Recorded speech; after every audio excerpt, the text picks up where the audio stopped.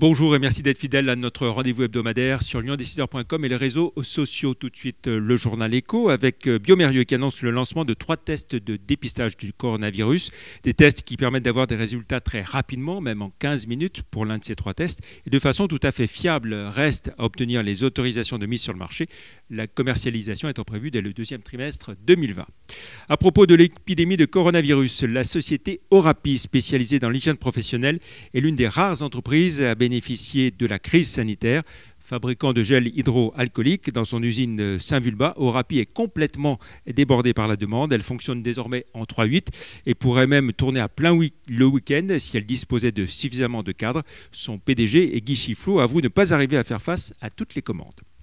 Coupe du monde de rugby, France 2023, GL Events est le premier des 8 sponsors officiels dévoilés par les organisateurs de l'événement qui se déroulera dans une dizaine de villes et 9 stades, dont le Groupama Stadium à Lyon.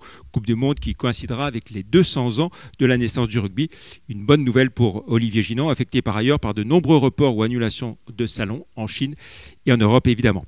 Le chiffre du jour, 1 700 000 €. C'est le montant des fonds levés auprès de Newfund et Evolem Start par Data Galaxy, une jeune start-up lyonnaise spécialisée dans la cartographie des données. L'entreprise, créée en 2015, emploie une quinzaine de personnes et prévoit de recruter pour accélérer son développement à l'international.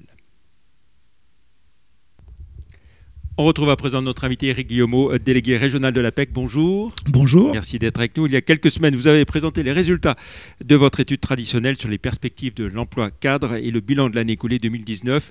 De nouveaux records ont été battus. La barre des 30 000 recrutements a été franchie l'an dernier dans la région Auvergne-Rhône-Alpes. C'est ça, c'est ce qu'on avait prévu, 30 000 recrutements. On l'a dépassé un petit peu plus, 30 500.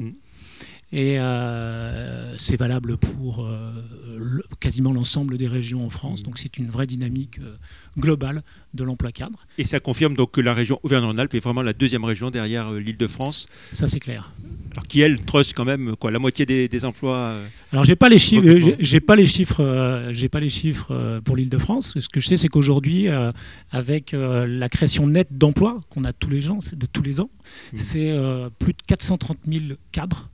En Auvergne-Rhône-Alpes, c'est 30% de plus qu'il y a 10 ans.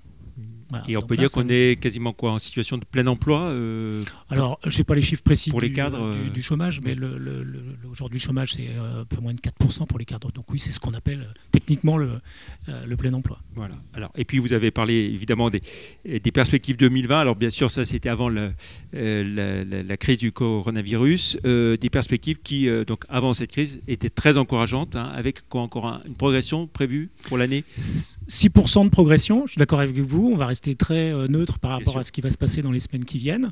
En tout cas, avant cette période, c'était effectivement une prévision de 6%. Et là, on serait au-dessus de 32 000 recrutements pour l'année 2020.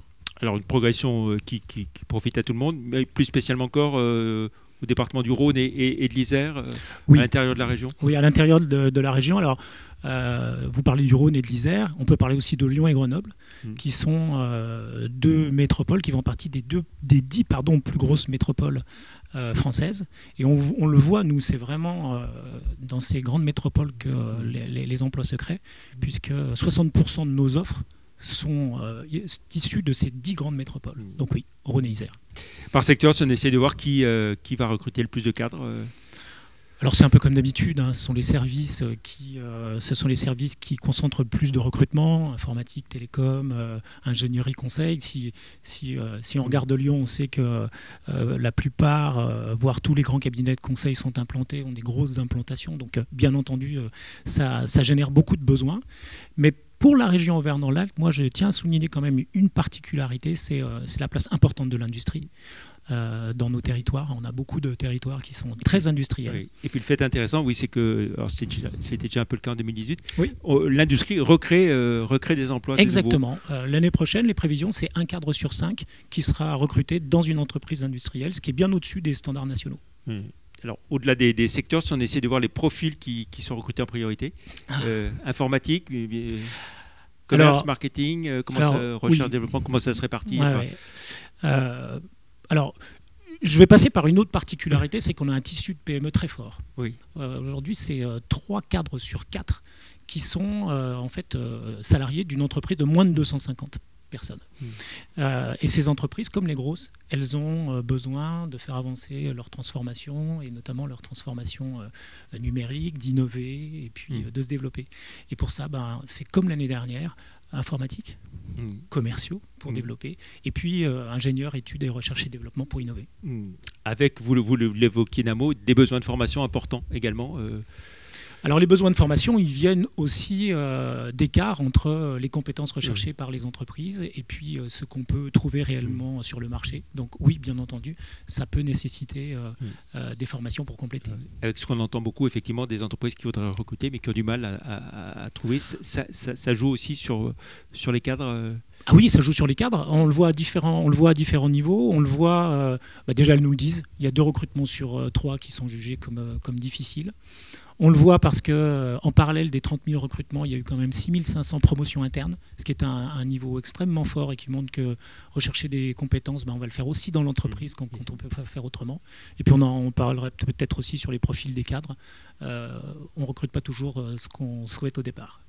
Voilà.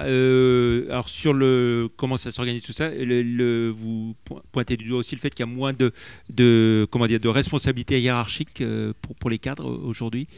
Oui, c'est vrai, un cadre sur 2 n'a pas de responsabilité hiérarchique, donc la notion de cadre, elle est rediscutée actuellement, et on sait qu'il y a une part non négligeable de cadres qui en fait sont des experts.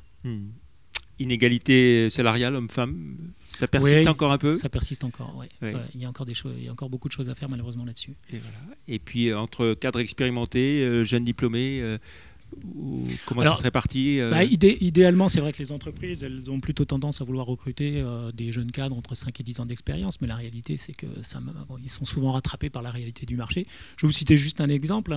L'année dernière, les entreprises, dans leurs prévisions, imaginaient que dans le recrutement, ce serait à peu près 5% des recrutements qui concerneraient des cadres beaucoup plus expérimentés, avec 20 ans d'expérience et plus.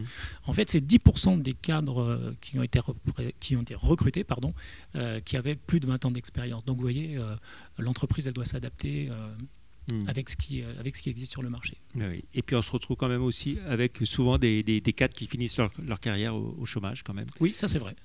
Il y a presque un cadre sur 2 qui termine sa carrière en étant demandeur d'emploi. Voilà.